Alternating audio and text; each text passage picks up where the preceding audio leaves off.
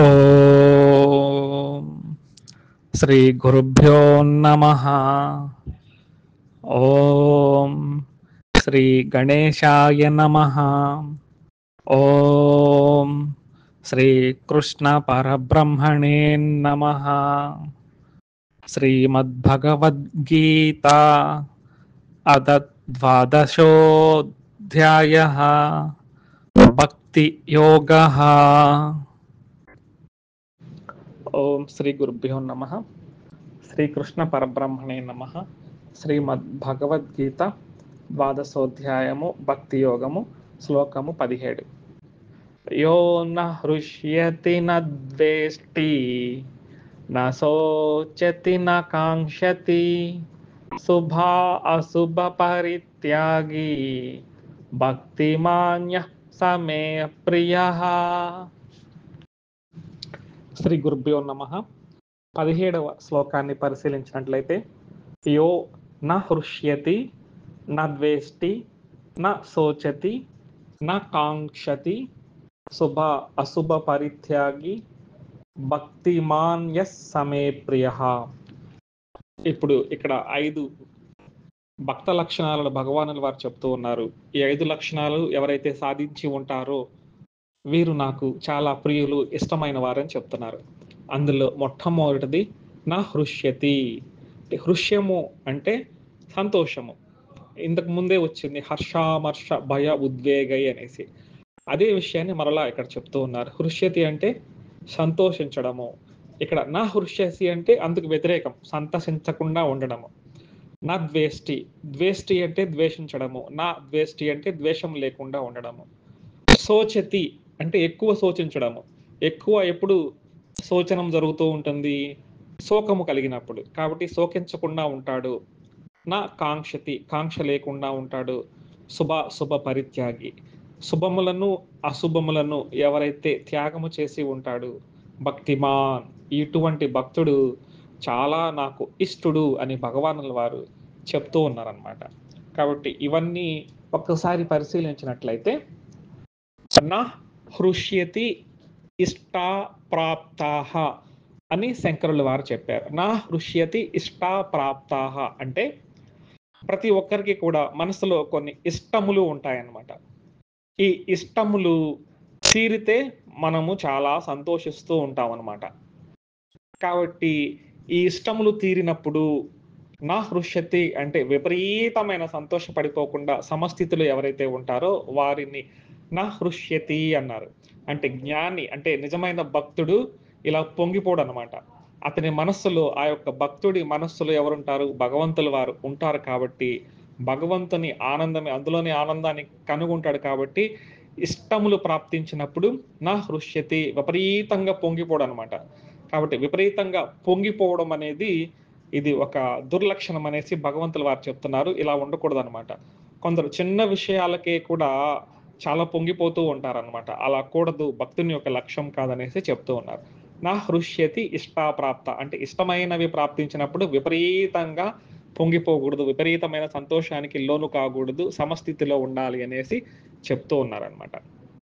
అలాగే తర్వాతది నా ద్వేష్టి, ఇష్టము వచ్చినప్పుడు పొంగిపోకూడదు. అలాగే ఇష్టములే కాకుండా అయిష్టములు కూడా కొన్ని ఉంటాయి కదా. ప్రతి ఒక్కరికి ఒక్కొక్క టేస్ట్ ఉంటుంది. కొన్ని ఇష్టము ఉంటాయి, కొన్ని అయిష్టము నచ్చనివి కూడా ఉంటాయి అన్నమాట.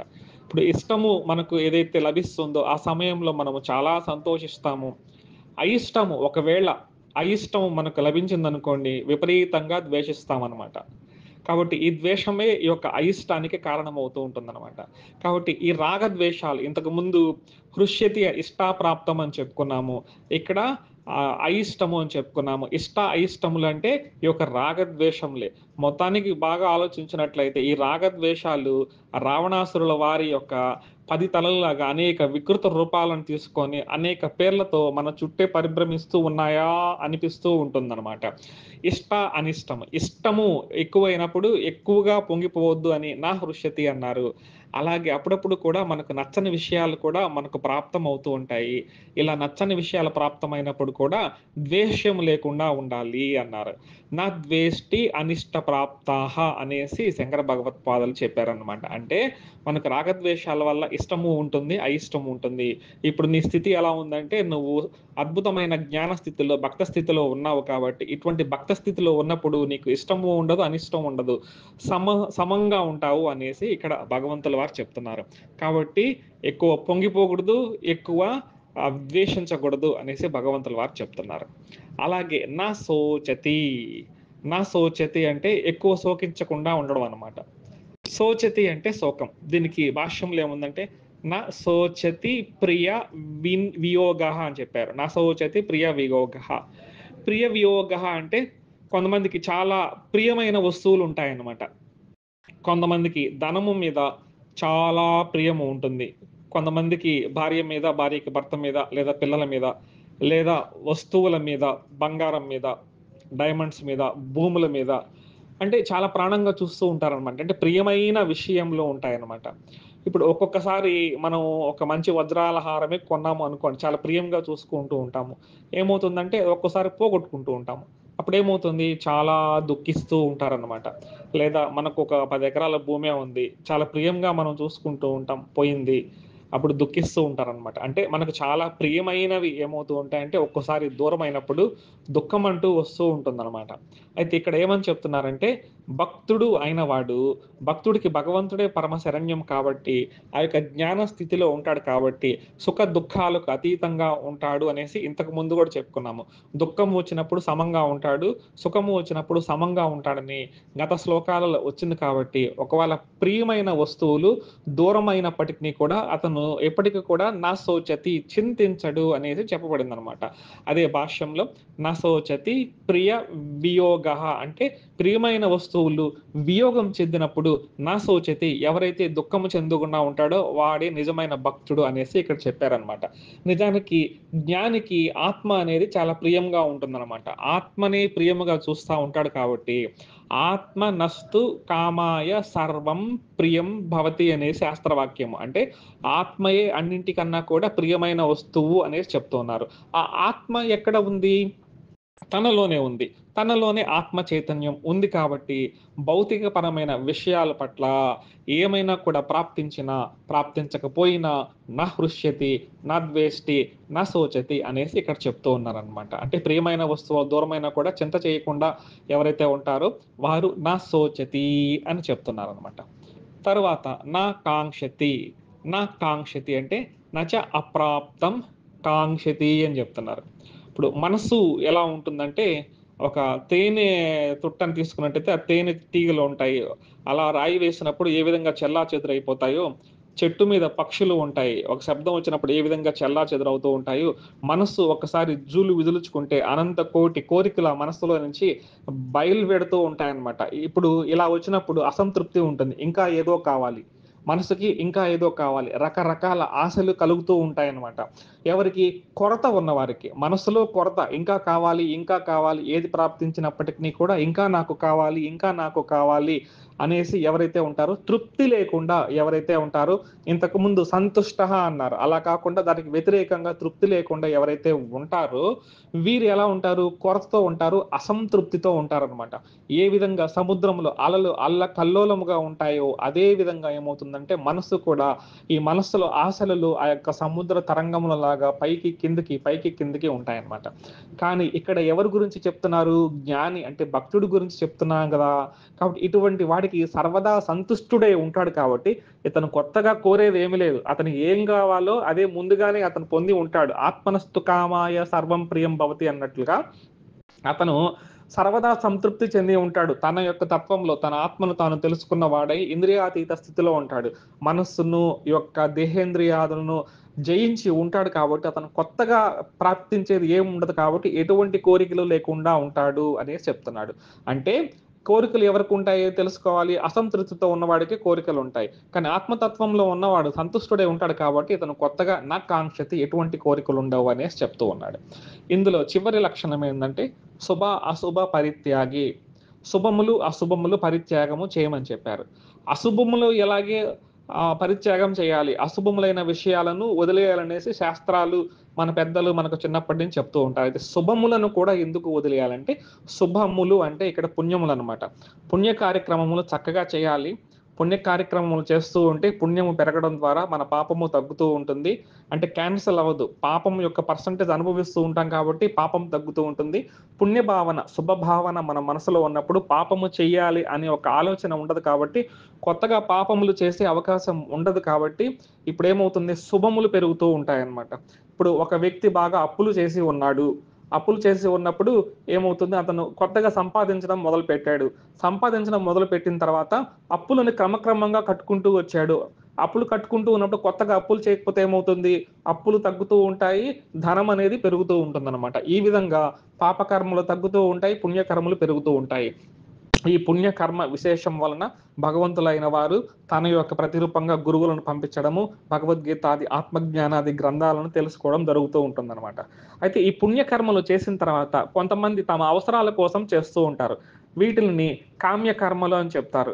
ఈ కామ్యకర్మలను ఎందుకు చేస్తారంటే, భూలోక సుఖాల కోసం కొన్ని రకాల యజ్ఞాలు, కర్మలు ఉన్నాయన్నమాట. ఇవి చేస్తూ ఉంటారు. ఇంకా కొంతమంది స్వర్గలోక భోగాల కోసం కూడా చేస్తూ ఉంటారన్నమాట. అయితే స్వర్గలోక భోగాలకు వెళ్ళిన ఆ యొక్క భోగం అంటే పుణ్యఫలము అపురూపం అని చెప్తారనమాట. అపురూపం మన వెంటే వస్తూ ఉంటుంది మరణించిన తర్వాత. అది స్వర్గలోకాలకు తీసుకెళ్తూ ఉంటుందన్నమాట శక్తి. అది కొన్ని రోజులు ఖర్చయిపోతుంది. ఆ ఖర్చయిపోయిన తర్వాత తిరిగి మనము ఏదో ఒక లోకంలో ఆ యొక్క కర్మలకు తగ్గట్టుగా పుట్టాల్సి వస్తుంది కాబట్టి స్వర్గలోకం కూడా శాశ్వతం కాదు అని శాస్త్రం చెప్తూ ఉంటుంది. అంటే ఇక్కడ పుణ్యకర్మలు కొంతమంది ఎందుకు చేస్తారంటే, ఈ లోక సుఖముల కోసము లేదా పరలోక సుఖముల కోసము చేస్తూ ఉంటారు. కానీ శాస్త్రం ఏం చెప్తుందంటే, నువ్వు కర్తృత్వ అభిమానం చేస్తే నువ్వు మరలా మరలా పుడతా ఉంటావని చెప్తూ ఉంటుందన్నమాట. కానీ నిజమైన జ్ఞాని యొక్క లక్ష్యం ఎలా ఉంటుందంటే, నిజమైన జ్ఞాని యొక్క లక్ష్యం ఎలా ఉంటుందంటే మోక్షం వైపే ఉంటుంది కాబట్టి, అతను ఈ యొక్క మరలా మరలా పునర్జన్మ ఎత్తాల్సిన స్థితి కల్పించుకోకుండా పుణ్యములు చేస్తాడు, కానీ కర్తృత్వ అభిమానము లేకుండా చేస్తాడు. దీన్నే నిష్కామ కర్మ అంటారు. పుణ్యకార్యాలు చేసినప్పటికీ కూడా వాటిల్లో బంధంలో చిక్కుకోకుండా ఉంటాడు కాబట్టి ఇతను మోక్ష స్థితికి పోతాడు. కాబట్టి ఇక్కడ పుణ్యములను పరిత్యాగి అంటే ఆ పుణ్యములను వచ్చే ఫలితం ఏదైతే ఉంటుందో దాన్ని వదలమంటున్నాడు, పుణ్యమును కాదు. పుణ్యం ఏదైతే ఉంటుందో నాకు కావాలి అనే ఉద్దేశంతో చేయొద్దు, నీ యొక్క స్వధర్మం అని చెయ్యి. ధర్మ ప్రకారం చేసే యొక్క పుణ్యములు కర్మణ్యేవాధికారస్తే అన్నట్టుగా నీ యొక్క కర్తవ్య కర్మలు అని పుణ్యములు చేస్తూ ఉంటే అది నీకు బంధంలోకి రాదు అని చెప్తున్నారు. కాబట్టి అశుభములు అంటే మనకు తెలుసు, శుభములు పరిత్యాగి అంటే పుణ్యములను ఎందుకు వదలాలి అంటే, ఈ పుణ్యములు పునర్జన్మలకు హేతు అవుతుందని గుర్తుపెట్టుకోవాలి. పుణ్య కార్యములు మన కోసము చేస్తే ఇవి పునర్జన్మలకు హేతు అవుతుంది. కాబట్టి ఈ పుణ్య కర్మలను నిష్కామ కర్మ రూపంగా చేస్తే అప్పుడేమవుతుందంటే బంధనమునకు కారణము కాదు అని చెప్తున్నారు. అందుకే అనేక మంది మహనీయులు, గురువులు మన కళ్ళ ముందే కనిపించే వారంతా కూడా అద్భుతమైన పుణ్య కార్యాలు చేస్తూ ఉంటారు. కానీ వారు ఆ బంధనాలలో చిక్కుకోరు. ఎందుకంటే వారు నిమిత్త మాత్రులుగా చేస్తూ ఉంటారు. కాబట్టి ఈ విషయాన్ని తెలుసుకోవాలి. శుభ అశుభ పరిత్యాగి. ఈ విధంగా నా హృష్యతి, నా ద్వేష్టి, నా శోచతి, నా కాంక్షతి, శుభ అశుభ పరిత్యాగి, ఈ లక్షణాలు కలిగి ఉండేవాడు భక్తిమాన్. ఇటువంటి భక్తుడు నాకు ప్రియుడు అని చెప్తున్నారు. ఇవన్నిటినీ ఒకే రకంగా చెప్పుకోవాలంటే ఎవరైతే ఆత్మస్థితిలో ఉంటాడో ఇవన్నీ కూడా మనకు వద్దు అనుకుంటూ ఉంటాం అనమాట. కాబట్టి వీటన్నిటిలో సంతృప్తి చెంది ఉంటాడని గుర్తుపెట్టుకోవాలి. ఈ 17వ శ్లోకానికి యోన హృష్యతి నద్వేష్టి న శోచతి న కాంక్షతి శుభ అశుభ పరిత్యాగి భక్తిమాన్య సమే ప్రియ. ఒక గురువు గారు చెప్పిన ఒక చక్కని కథ గుర్తుకొస్తుందండి. సందర్భానుసారం మనం ఇక్కడ చెప్పుకోవచ్చు. ఒకానొక రాజ్యం ఉండేది. ఆ రాజుగారికి పుత్రులు లేక అనేక యజ్ఞాలు, దాన ధర్మాలు చేయడం ద్వారా ఒక పుత్రుడు జన్మిస్తాడనమాట. ఆ పుత్రులు గారిని అల్లారు ముద్దుగా పెంచుకుంటూ ఉంటారు. చాలా గారాబంగా పెంచుకుంటూ చాలా ఆనందంగా ఉంటారు రాజుగారు అనమాట. ఇలా ఆ యొక్క పుత్రుడికి రకరకాల వజ్రాలతో, రత్నాలతో కూడిన హారాలతో కూడా అలంకరించి ఉంటారనమాట. ఒకానొక సందర్భంలో ఆ రాజ్యంలో గజ దొంగలు రావడం జరుగుతూ ఉంది. ఇలా గజ దొంగలు అంతఃపురం వరకు వచ్చి కూడా ఒకానొక రాత్రి పూట ఆ యొక్క ఆ రత్నాల కోసము, వజ్రాల హారాల కోసము ఆ చిన్న పసిబిడ్డని దొంగతనం చేస్తారనమాట. అపహరిస్తారు. అపహరించి ఆ యొక్క దొంగలతో పాటు ఆ యొక్క పిల్లవాడిని తీసుకువెళ్ళి దూర తీరాలకి తీసుకువెళ్ళి ఆ యొక్క రత్నాల హారాలను, వజ్రాల హారాలను, ఇంకా బంగారం, ఒంటి మీద ఉండే బంగారాన్ని అంతా తీసుకుని ఆ యొక్క చిన్ని బిడ్డని దూరంగా వదిలేస్తారనమాట. ఇప్పుడు చిన్న బిడ్డ, అతనికి తెలీదు, ఊహ తెలీదు, తన తల్లిదండ్రులు ఎవరో తెలీదు. అలా దూరంగా ఉండడం ద్వారా ఏకాకిగా పెరుగుతూ ఉంటాడు. ఇలా ఏకాకిగా జీవనం సాగిస్తూ ఉన్న క్రమంలో ఇంకా తిండి కోసం ఏదో ఒకటి కావాలి కాబట్టి క్రమంగా అతను బిచ్చగాడిగా మారిపోతాడనమాట. ఒక చిన్న గోచి పెట్టుకొని, ఒక డబ్బాను పెట్టుకొని, జోలెని తగిలించుకొని భుజానికి ఆ చిరిగిన బట్టలతో బిచ్చమెత్తుకుంటూ, ఆకలి వేసినప్పుడల్లా బిచ్చమెత్తుకుంటూ, నిద్ర వస్తే ఏదో ఒక సత్రంలోనో, ఏదో ఒక చెట్టు కింద పనుకోవడం, ఇలా జీవనయాత్ర కొనసాగిస్తూ ఉన్నాడు ఆ పసిపిల్లవాడు. అంటే పెద్దవాడయ్యాడు. ఇలా చాలా సంవత్సరాలు జరిగిపోయిన తర్వాత ఆ రాజుగారు ఇదే దిగులుతో మరణిస్తారనమాట. బిడ్డ లేడే అనేసి. నాకు తర్వాత వారసులు లేరే అనేసి దిగులు చెంది ఆ రాజుగారు మరణిస్తారు. ఇప్పుడు మంత్రి గారు ఆలోచన చేస్తారు. ఈ రాజు సంతతి వారే సింహాసనమును అధిష్ఠించాలి. లేకపోతే ఎవరనంటే వారిని సింహాసనాన్ని అప్పగిస్తే రాజ్యము అల్లకల్లోలమైపోతుంది అనేసి తన యొక్క గూఢాచారులను రాజ్యమంతా కూడా అనేక రాజ్యాలు పంపిస్తూ ఉంటారు. ఆ పుట్టిన పిల్లవాడికి అనేక గుర్తులు ఉంటాయి కదా, కొన్ని పుట్టుమచ్చలు, కొన్ని రకరకాల చిహ్నాలు ఇవన్నీ ఉంటాయి కాబట్టి అవన్నీ చెప్పి గూఢాచారులను పంపిస్తారు. కానీ ఎక్కడికి వెళ్ళినా కూడా ఆ యొక్క చిన్న బిడ్డడి యొక్క ఆచూకీ అనేది లభించలేదనమాట. అప్పుడు ఏం చేయాలని మంత్రి గారు చాలా తలకిందులవుతూ ఉంటే, అదే సమయంలో ఒక సాధువు గారు, ఒక మహాత్ములు ఆ రాజ్యానికి వస్తారు. అప్పుడు ఆ మంత్రి గారు వెళ్ళి ఆ యొక్క ఆ సాధువు మహాత్ముని యొక్క కాళ్ళ మీద పడి, "ఏవండి స్వామి, ఈ విధంగా మా రాజకుమారుల వారు తప్పిపోయారు. వారి వంశాంకురాన్నే నేను ఈ యొక్క రాజ్యాన్ని రాజుగా అభిషిక్తం చేయాలి. కాబట్టి దయచేసి వారి జాడ చెప్పండి" అన్నప్పుడు, అప్పుడు ఆయన దివ్య దృష్టితో చూసి, "పలానా ప్రాంతంలో ఇతను పాపం ఉన్నాడు. మీరు వెళ్లి వెంటనే తీసుకురండి" అంటే, అప్పుడు మంత్రి గారు తన ముఖ్య అనుచరులను తీసుకువెళ్ళి రాకుమారుల వారిని గుర్తిస్తాడు. ఎందుకంటే ఆ పుట్టుమచ్చలు, ఆ యొక్క చిహ్నాలు ఉంటాయి కాబట్టి, ఓహో! వీరే రాజకుమారులు వారు అనేసి ఇంటికి తీసుకొచ్చి చక్కగా స్నానం చేయించి, చదువు సంధ్యలు చెప్పించి, ఈ ప్రజలకందరికీ చెప్పి, ఈయనే మన రాజుగారు అనేసి ప్రజల ఆమోదంతో ఏం చేస్తారంటే రాజుగారిగా ప్రతిష్ఠిస్తారన్నమాట. ఆ రాజుగారు చక్కగా తాను ఎన్నో కష్టాలు పడ్డాడు కాబట్టి ప్రజల కష్టాలు తన కష్టాలుగా భావించి చక్కగా రాజ్య పరిపాలన చేసుకుంటూ అనేక కీర్తి ప్రతిష్టలను తెచ్చుకుంటాడనమాట. ఇలా కొన్ని సంవత్సరాలు గడిచిపోతాయి. ఇలా గడిచిపోయిన క్రమంలో ఈ రాజుగారికి ఒక విచిత్రమైన ఆలోచన వస్తూ ఉంటుందనమాట. ఇంతకుముందు ఏ నగర వీధులలో అయితే తను జీవనం సాగించాడో, మరలా ఒకసారి ఆ జీవనము మళ్ళా ఒకసారి చూస్తే ఎలా ఉంటుంది అనేసి ఒక వింత ఆలోచన వస్తుంది. అంటే బిచ్చగాడిగా మళ్ళా ఉంటే ఎలాగుంటుంది? ఇప్పుడు నేను కోటాను కోట్లకి అధిపతినయ్యాను. ఒకసారి ఆ మార్గం ఎలా ఉంటుందో చూద్దాము అన్నట్టుగా ఆలోచన చేస్తాడు. వింత కోరిక అనమాట. సాధారణమైన మామూలు వ్యక్తిగా ఉండాలని. అలా మంత్రి గారిని ఒప్పించి, ఒక నెల రోజుల్లో నేను తీర్థయాత్రలు చేసి వస్తానని మంత్రి గారిని ఒప్పించి, మంత్రి గారికి రాజ్యాభిషేకము చేసి, ఆయన తన ముఖ్య అనుచరులతో ఏమవుతారంటే, ఆ యొక్క పాత నగరానికి వెళ్తారు. తన మిత్రులని తీర్థయాత్రలకు పోండి, నాకిక్కడ పని ఉందనేసి అక్కడ ఆ నగరంలో ఉండిపోతాడనమాట. ఉండిపోయిన తర్వాత వాళ్ళందరూ వెళ్ళిపోయిన తర్వాత వీరు పూర్వపు వేషాన్ని ధరిస్తారు మరల. అంటే మరలా అదే గోచి పెట్టుకుంటారు, జోలెని కట్టుకుంటారు, చిరిగిపోయిన బట్టలు, అదే నగర వీధుల్లో బిచ్చగాడిలాగా పోతూ ఉంటాడనమాట. ఇలా పోయే క్రమంలో ఒకానొక పూల అంగడి దగ్గరికి వెళ్లి నిలబడతారనమాట. అప్పుడు పూల వర్తకుడు ఏం చేస్తాడంటే అతన్ని చూడంగానే, "ఏమయ్యా బాబు, ఇన్ని రోజులు ఎక్కడికి వెళ్ళావు? ఈ మధ్య నీకు డబ్బులు ఇవ్వలేదు నేను. చాలా దీనస్థితిలో ఉన్నట్టున్నావు. ఇదిగో" అనేసి కొన్ని నాణేలను ఇస్తారనమాట. అప్పుడు ఆ నాణేలను తీసుకొని ఆ యొక్క రాజుగారు వెళ్ళిపోతారు. ఇంతకు ముందైతే ఆ యొక్క రాజుగారికి, అంటే రాజుగారు ఇంతకుముందు భిక్షగాడిగా ఉన్నారు కదా! ఈ నాణేలను ఇచ్చి ఉంటే ఎంతో సంతోషించేవాడనమాట. కానీ ఇతని దగ్గరే కోట్లకు కోట్ల ఆస్తి ఉంది. కాబట్టి ఈ నాణెములు తీసుకున్నాడే గానీ సంతోషించలేదు. నిర్లిప్తంగానే ఉన్నాడనమాట. అంటే మనస్సులో ఎలాంటి ఆలోచన లేదనమాట. సరే, ఇక్కడ ఎళ్ళిపోయిన తర్వాత మళ్ళా పక్క కొట్టులో ఎళ్తాడనమాట. ఇంకొక దూరంగా ఉన్న ఒక అంగడి దగ్గరికి వెళ్తే, ఆ అంగడతను చాలా దూషిస్తాడనమాట. దూషిస్తాడు. "పొద్దున్నే దాపురించావా? నేనిప్పుడే అంగడి పెట్టాను. నువ్వు ఉదయాన్నే నీ మొహం చూపించావు. ఈరోజు నాకు బేరం అవుతుందో లేదో" అనేసి రకరకాలుగా దూషిస్తాడనమాట. అప్పుడు కూడా అతని మీద ద్వేషం లేకుండా నిర్లిప్తంగా వెళ్ళిపోతారనమాట. వేరొక అంగడి దగ్గరికి వెళ్తారు. ఆ అంగడి ఎలాంటిదంటే వడ్డీ వ్యాపారి అంగడనమాట. ఆ వడ్డీ వ్యాపారి అంగడి దగ్గర నిలబడుకోంగానే అతను వెంటనే చాలా కోపగించుకుంటాడు. "ఓ ఓరి నికృష్టుడా, నేను వడ్డీ వ్యాపారాన్ని ఇప్పుడే నా కొట్టు తెరిచాను, నువ్వు శనిగ్రహం లాగా ఇప్పుడే నా ఎదురుగా నిలుచుకున్నావే అని చాలా కోపం తెచ్చుకొని ఊగిపోతూ ఏం చేస్తాడంటే ఒక దెబ్బ కూడా వేస్తాడనమాట. పాపం ఆయన కొంచెము కంట్రోల్ చేసుకోలేక తూలి క్రింద కూడా పడిపోతాడనమాట. ఆయన ఎటువంటి దుఃఖం లేకుండా, విచారం లేకుండా చాలా చక్కగా అక్కడ నిలబడుకో ఉంటారు. ఆ పక్కనే ఒక సత్రం ఉందనమాట. ఇంతకుముందు ఈ సత్రంలో ఇతను పనుకుంటూ ఉంటారు. ఆ రోజు అన్నదానం జరుగుతూ ఉందనమాట. కొంతమంది దానం చేసేవారు అక్కడికి ఉదారులు అక్కడికొచ్చి అన్నదానం చేస్తూ ఉంటారు. వీరు ఇదంతా గమనించారనమాట. ఆ వడ్డీ వ్యాపారి ఇతనిని కొట్టడము ఇదంతా గమనించి వారు చాలా బాధపడి ఇతనిని లోపలికి తీసుకొచ్చి, "బాబు ఏమైనా దెబ్బలు తగిలాయా?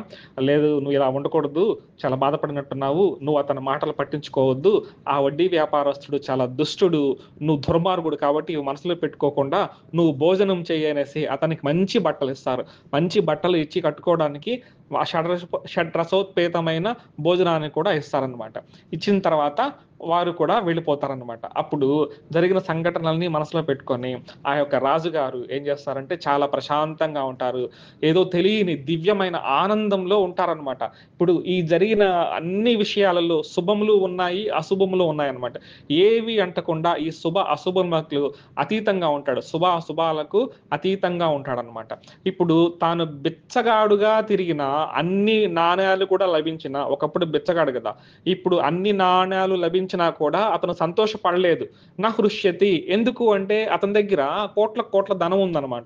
అలాగే ఆత్మతత్వంలో ఎవరైతే మునిగి ఉంటారో వారికి ఎంత లభించినా కూడా వారికి పెద్ద ఏమీ సంతోషం అనేది ఉండదు. నా హృష్యతి. తర్వాత వర్తకుడు నిష్కారణంగా అక్కడ దూషించాడు. ఒక అంగడివాడు ఏం చేశాడంటే దూషించాడనమాట. దూషించిన ఈ యొక్క రాజుగారు ఎటువంటి తిరిగి దోషానికి దిగకుండా ప్రశాంతంగా ఉన్నారు. నా ద్వేష్టి, ఈయన కూడా ద్వేషాన్ని పొందలేదు. కాబట్టి స్వతహాగా ఈయన రాజు కాబట్టి ఒక వడ్డీ వ్యాపారి కొట్టినప్పటికీ కూడా ఈయన నశోచతి, దుఃఖాన్ని పొందలేదనమాట. అన్న సత్రం వాళ్ళు భోజనం పెట్టించి, "బాబు ఇంకా నీకేమన్నా కావాలా? ఇంకా ధనం ఏమన్నా కావాలా? ఇంకా బట్టలు కావాలా? ఇంకా అన్నం కావాలా?" అంటే నకాంక్షతి ఏమీ చెప్పలేదు. నకాంక్షతి అంటే అతను సంతృప్తిగా అతనికి కావాల్సింది ఏదో ఉంది కాబట్టి ఏమీ కోరకుండా నిర్లిప్తంగానే ఉన్నాడనమాట. కాబట్టి తానేంటో తనకు తెలుసనమాట. తాను బిచ్చగాడిని కాదు అని తనకు తెలుసు. తాను రాజు అని తనకు తెలుసు. ఇంతకుముందు బిచ్చగాడిగా ఉన్నాడు. కానీ ఇప్పుడు బిచ్చగాడు కాదు, రాజు అని అతనికి తెలిసిన తర్వాత నా హృష్యతి, నా ద్వేష్టి, నా కాంక్షతి, నా శోచతి, శుభాశుభ పరిత్యాగి, ఈ లక్షణాలన్నీ కూడా సహజంగానే అతనికి వస్తూ ఉంటాయన్నమాట. అలాగే ఈ ప్రపంచంలో కూడా మనం నిజమైన తత్వాన్ని, ఆ యొక్క పరబ్రహ్మ తత్వాన్ని, ఆ యొక్క భగవంతుని తత్వాన్ని మనం అనుభవించిన తర్వాత మనకి ఏదైతే కావాల్సి ఉంటుందో ఆ ఆనందము, ఆ సుఖము, ఆ సంతోషము, ఆ సంతుష్టి అన్నీ మనలోనే ఉంటాయి. ఆత్మలోనే అన్నీ ఉంటాయి. భౌతిక ప్రపంచంలో ఏమీ ఉండవు అనే జ్ఞానాన్ని కలిగి ఉంటాడు కాబట్టి ఆ యొక్క వ్యక్తికి, ఆ యొక్క భక్తుడికి వీటన్నిటికి కూడా అతీతంగా ఉంటాడు అనేసి ఈ యొక్క చిన్న కథ ద్వారా మనం గుర్తుపెట్టుకోవాలి. ఈ లక్షణాలను ఎవరైతే కలిగి ఉంటారో మనం ఒకసారి సెల్ఫ్ చెకింగ్ చేసుకోవాలి. బాబు మీరు సెల్ఫ్ చెకింగ్ చేసుకోండి అనేసి భగవంతుల వారు చెప్తూ ఉన్నారు. ఈ విధంగా సెల్ఫ్ చెకింగ్ చేసుకుంటే మనము ఈ స్థితిలో ఉన్నామా లేదా అని తెలుస్తూ ఉంటుందన్నమాట. ఇటువంటి స్థితిలో ఉన్నవారు భగవంతుడికి అత్యంత ప్రియులన్నమాట.